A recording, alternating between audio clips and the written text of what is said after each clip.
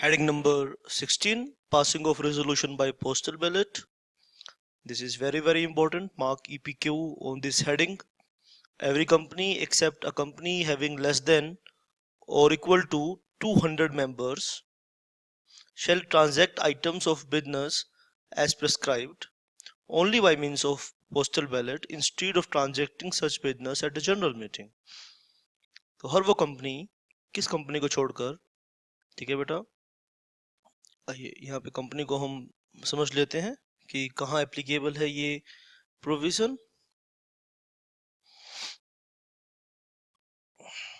हम यहाँ कंपनी को दो पार्ट में डिवाइड कर लेते हैं।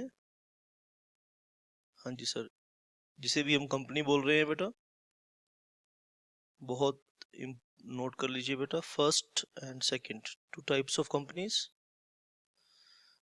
Having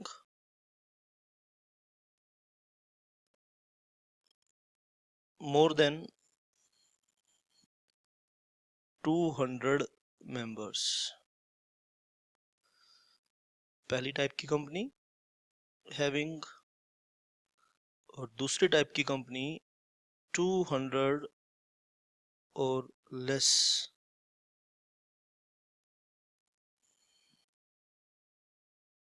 members। having more than 200 members, having 200 और लेस members। हम इन दो तरह की कंपनीज की बात कर रहे हैं। आइए स्टैंडर्ड को ध्यान से समझने की कोशिश करेंगे बेटा। Every company except a company having less than और equal to 200 members shall transact items of business only by means of postal ballot instead of transacting such business at a general meeting।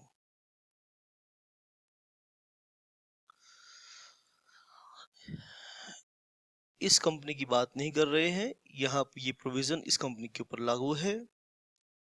shall transact businesses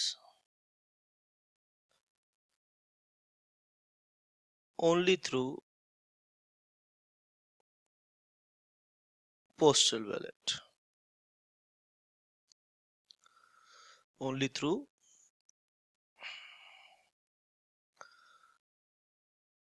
postal ballot। अब सवाल उठता है कि जी सारे business, क्या सभी business postal ballot के through transact करने हैं? आइए स्टैंडर्ड को फर्दर एक्सप्लोर करेंगे। पहले 16.1 की जो हेडिंग है ये वाली, इसको अच्छे से एक बारी समझ लीजिए। राइट, अब कौन से business, list of items of business requiring to be transacted only by means of postal ballot is given at annexure. यानी कौन से बिजनेस जो एनेक्शर में दिए हैं। क्या सभी बिजनेसेस? नहीं सर, सभी बिजनेसेस नहीं। Only those businesses which are giving at an annexure। Page number 46 खोलेंगे आप नोट्स का, ध्यान से आप पेज नंबर 46 खोलिए बेटा। as you open page number 46 you will find an annexure। in that annexure you will find a list of businesses which must be transacted by postal ballot by a company having more than 200 members। आप खोलिए बेटा 46 page number खोलिए। Items of business which shall be passed only by postal ballot। तो आप ये देखिए, ये list है बेटा, लिस्ट दी हुई है अराउंड, इसके अंदर लगभग 11 ऐसे बिजनेसेस हैं which must be transacted by postal ballot। आप इस लिस्ट को याद रखेंगे। लिस्ट में हर एक प्रोविजन के ऊपर रिलेवेंट सेक्शन, प्रोसीजर, या अपने आप में 11 क्वेश्चन भी इंडिविजुअली बनते हैं, बहुत इंपॉर्टेंट। इन सब को मैं डिटेल में डिस्कस करूंगा, यू डोंट वरी। और इस लिस्ट के अभी आप एक काम करेंगे कि इस लिस्ट के कंटेंट्स को याद कर लेंगे अच्छे से। 16.1 का हमने ओपनिंग पैराग्राफ देखा। आइए फर्दर इसको एक्सप्लोर करेंगे कि 16.1 हमारे लिए क्या क्या बातें कर रहा है। हाँ जी सर, 16.1 तो कौन कौन से बिजनेस करने हैं वो हमने एनेक्शर में फाइंड कर लिए हैं सर। एनेक्शर दिया है पेज नंबर 42 पर, वो हमने फाइंड कर लिया। बोर्ड में however opt to transact any other item of special business, not being any business in respect of which director or auditor have a right to be heard at the meeting by means of postal ballot। ठीक है बेटा, तो भी जो भी business आपको ये बात अच्छे से याद होगी, मैंने पहले भी आपको अच्छे से समझाई है बेटा।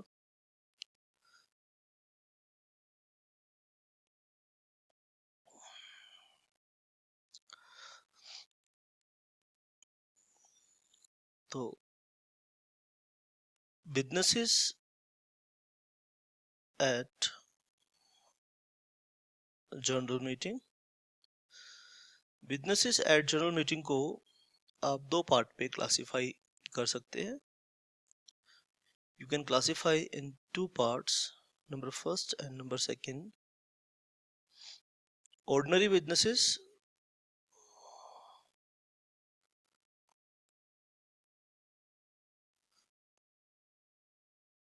and special businesses।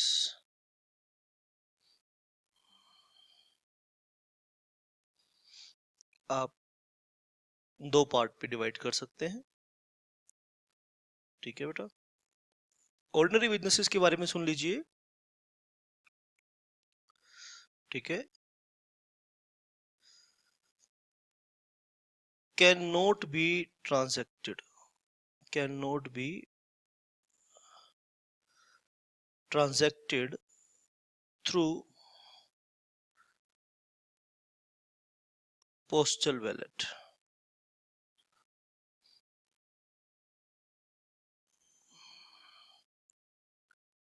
Can not be transacted through postal ballot. Special businesses में, ठीक है, any business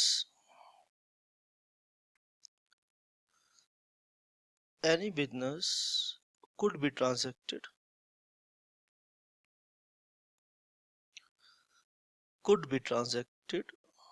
by postal ballot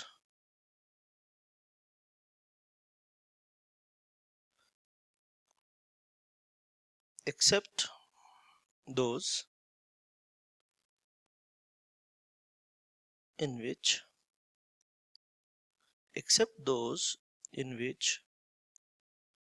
director or auditor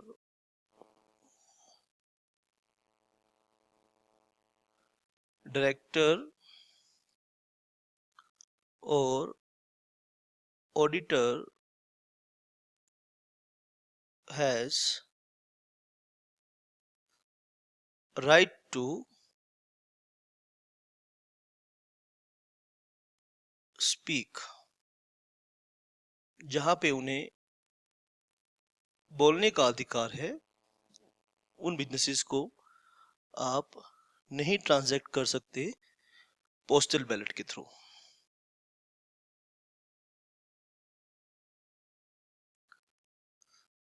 तो आप ध्यान से मेरी बात को सुनिए बेटा।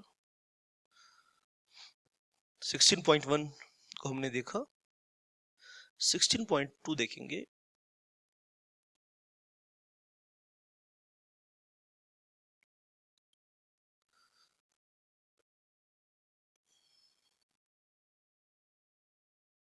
और यहाँ पे right to speak and heard भी कर लीजिए।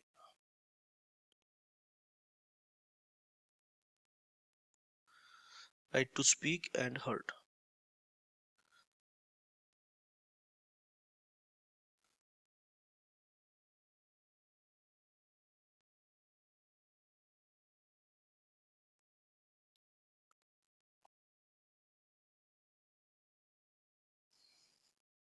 ठीक है, तो डायग्राम में हमने क्या सीखा कि business is at general meeting, there are two types of businesses, ordinary businesses and special businesses. Ordinary businesses cannot be transacted through postal ballot. Special businesses, any business could be transacted by postal ballot except those in which director or auditor has right to speak or heard. आइए sir इस चीज को 16.2 को देखेंगे एक बारी बेटा. Heading number 16.2.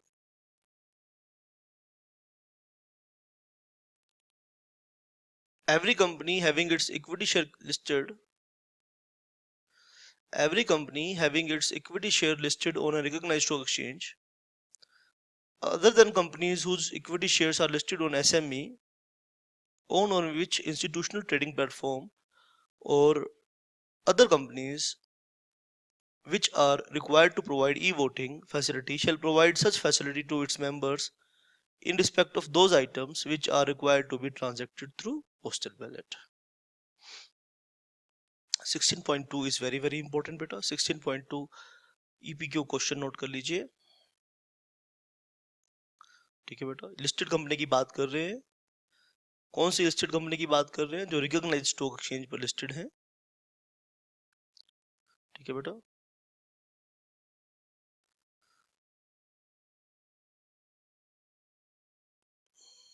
ठीक है. लिस्टेड कंपनी के बारे में कह रहे हैं कि जहां आपको पोस्टल बैलेट की सुविधा देनी है वहां पर आपने ई वोटिंग की फैसिलिटी भी देनी है. Every company having its equity share capital listed on a recognised stock exchange. ठीक है बेटा. Other than companies whose equity shares are listed on SME small medium exchange पर जहां पे कंपनी लिस्टेड है उस कंपनी की बात नहीं कर रहे हैं. जो कंपनी इंस्टीट्यूशनल ट्रेडिंग प्लेटफॉर्म पर लिस्टेड है उस कंपनी की बात नहीं कर रहे हैं. ठीक है. And other companies which are required to provide e voting facility. ठीक है. यानी जो कंपनी स्टॉक एक्सचेंज पर लिस्टेड कंपनी है, रिकॉग्नाइज्ड स्टॉक एक्सचेंज पर लिस्टेड है, shall provide such facility to its members in respect of those items which are required to transact through postal ballot. ठीक है बेटा.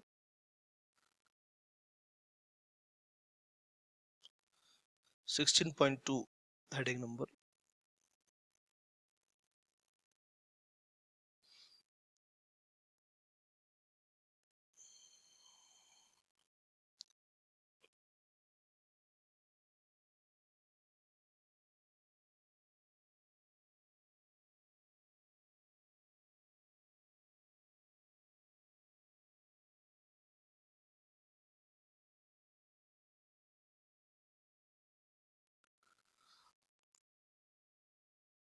Other companies presently prescribed are companies having not less than 1000 members.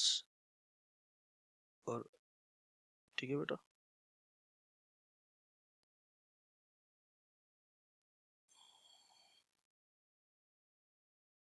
Board approval. Heading number 16.3